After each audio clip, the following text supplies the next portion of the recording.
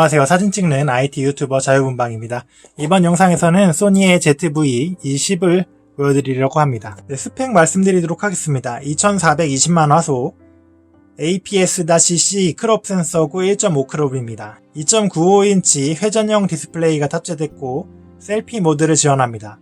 A6000 시리즈와 다르게 뷰파인더가 제거됐고 최대 감도는 32,000, 최대 셔터 스피드는 4000분의 1초, 하이브리드 AF 지원, IAF 지원, 영상 모드에서도 지원합니다. 4K 30p까지 촬영이 되고 4K 30p에서는 1.2 크롭이고 24p에서는 논크롭입니다. 기존 바디들과 동일한 성능이고요.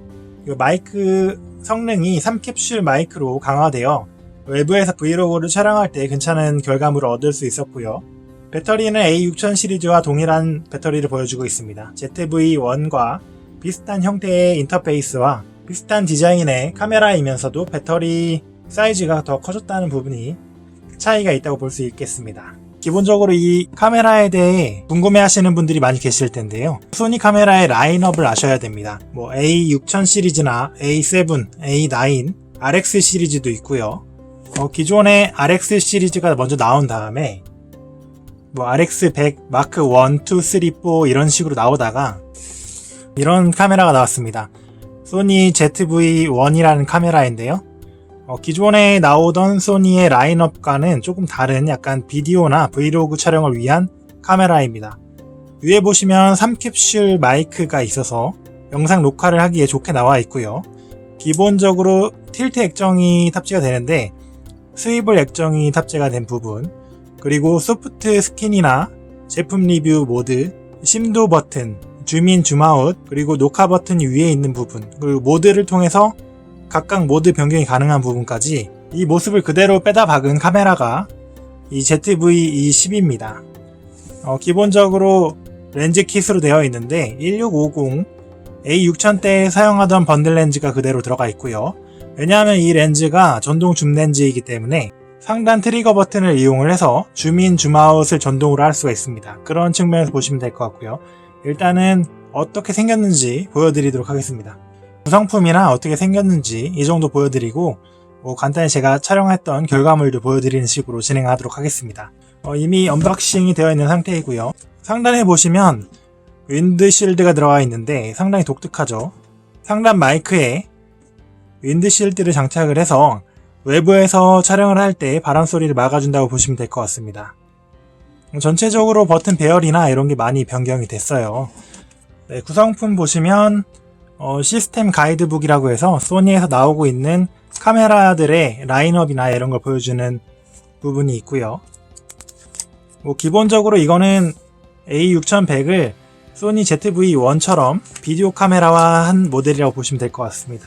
스트랩 같은 경우에는 별도로 적혀 있는 것 같지는 않고요. 일반적인 스트랩입니다.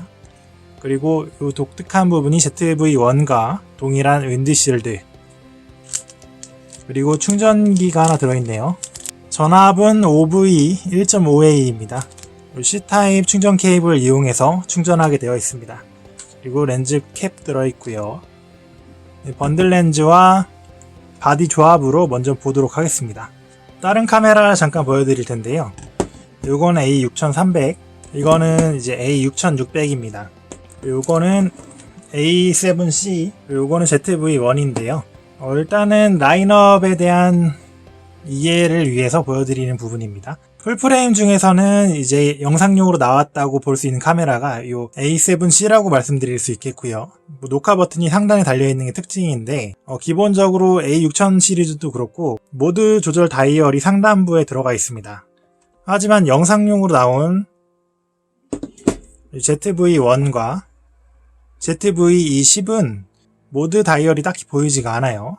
이거는 6300과 6500을 봐도 마찬가지입니다.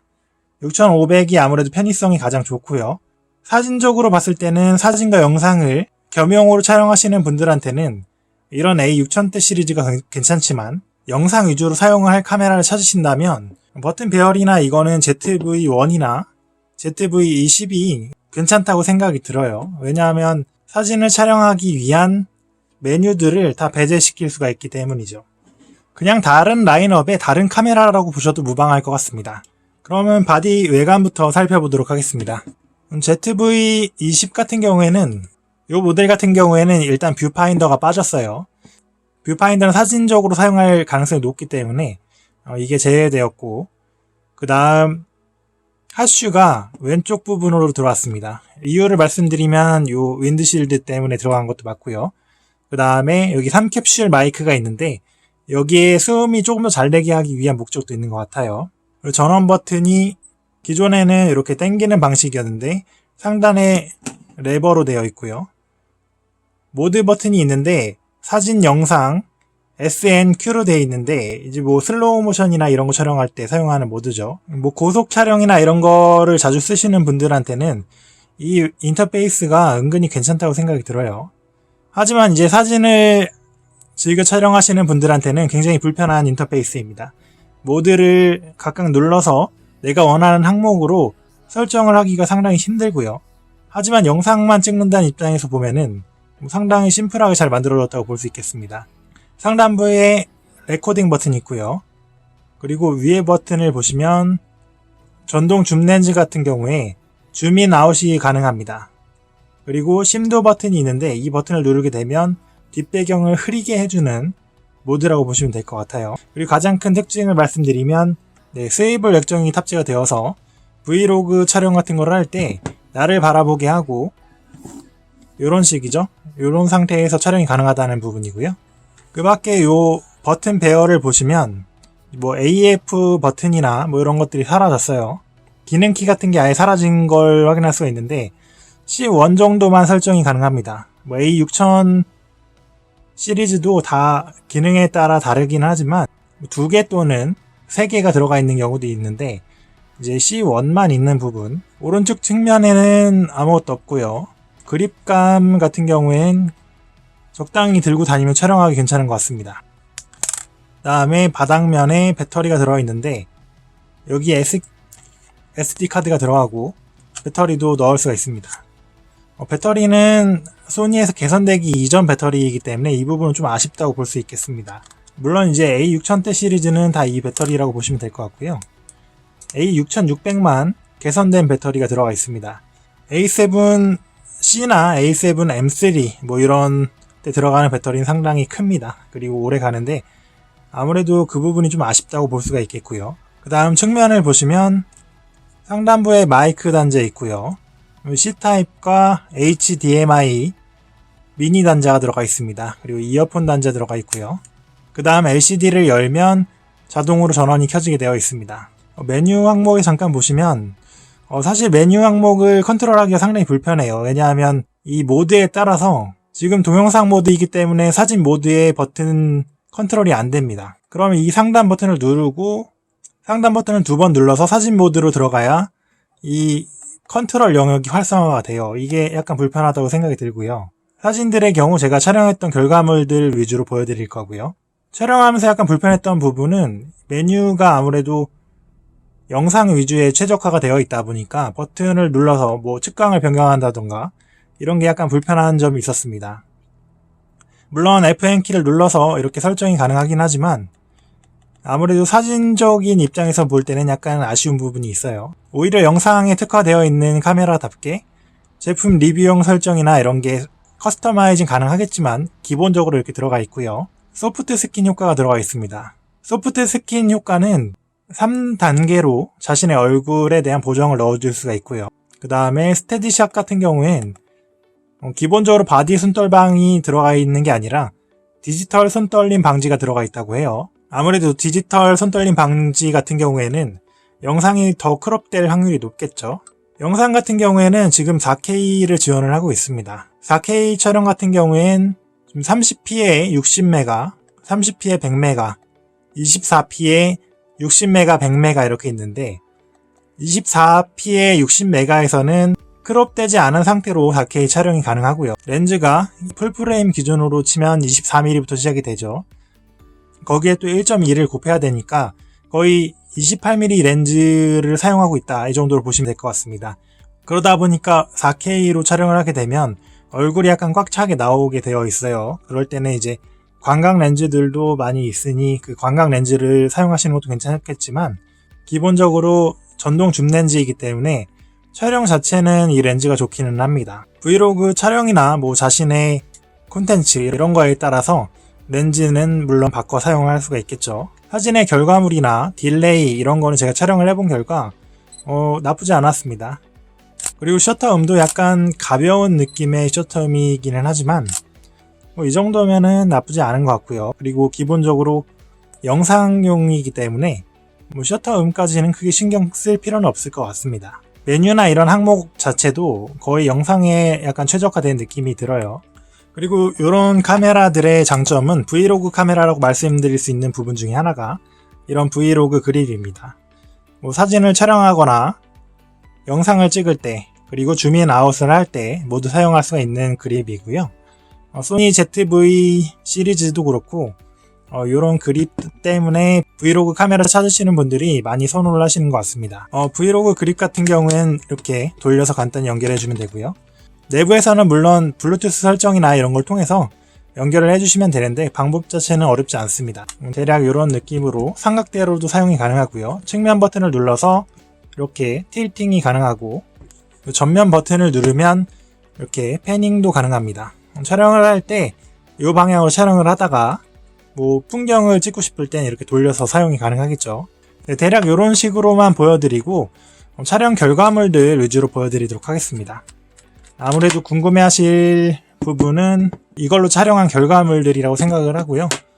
촬영할 때 약간 아쉬웠던 부분 하나 더 말씀드리면 LCD로 셔터를 눌렀을 때 뭔가 블러 처리된 느낌의 이미지가 미리 보기가 되더라고요. 그렇다 보니까 사진이 흔들렸는지 제대로 나온 건지 약간 헷갈렸던 부분이 있는데 촬영하고 확대를 해보면 거의 다 정상적으로 나왔습니다. 그래서 약간 모호한 부분도 있었고 제가 뒤에 촬영본들을 보여드리겠지만 영상의 결과물 자체는 야간에 촬영을 했을 때 감도 3200에서도 괜찮았고요.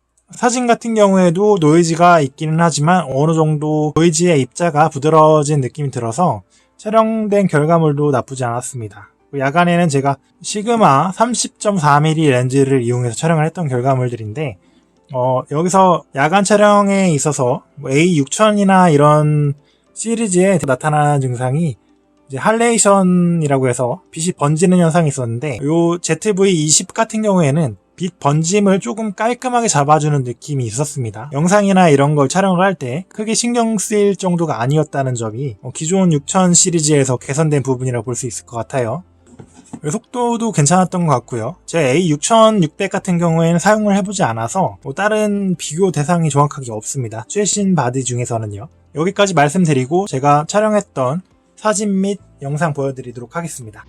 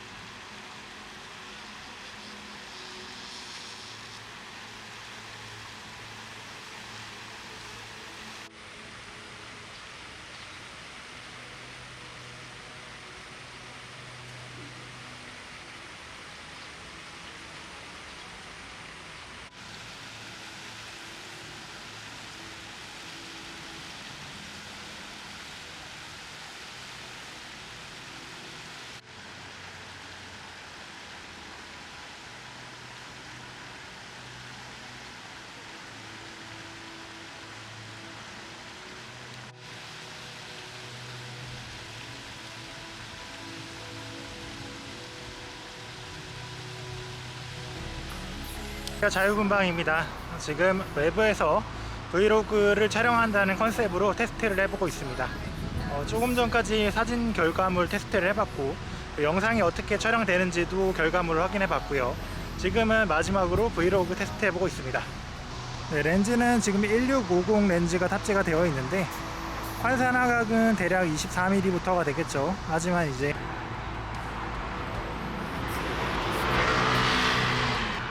50mm 구간입니다. 크롭바디이기 때문에 1.5로 곱해주시면 되고요. 지금 4K로 촬영 시에만 1.2 크롭을 추가로 해주시면 되겠습니다.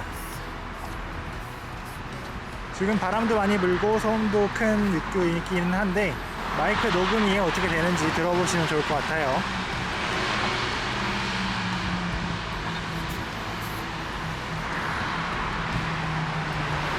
그리고 걸어갈 때 어느 정도 흔들림이 있는지도 확인해 보시면 좋을 것 같습니다.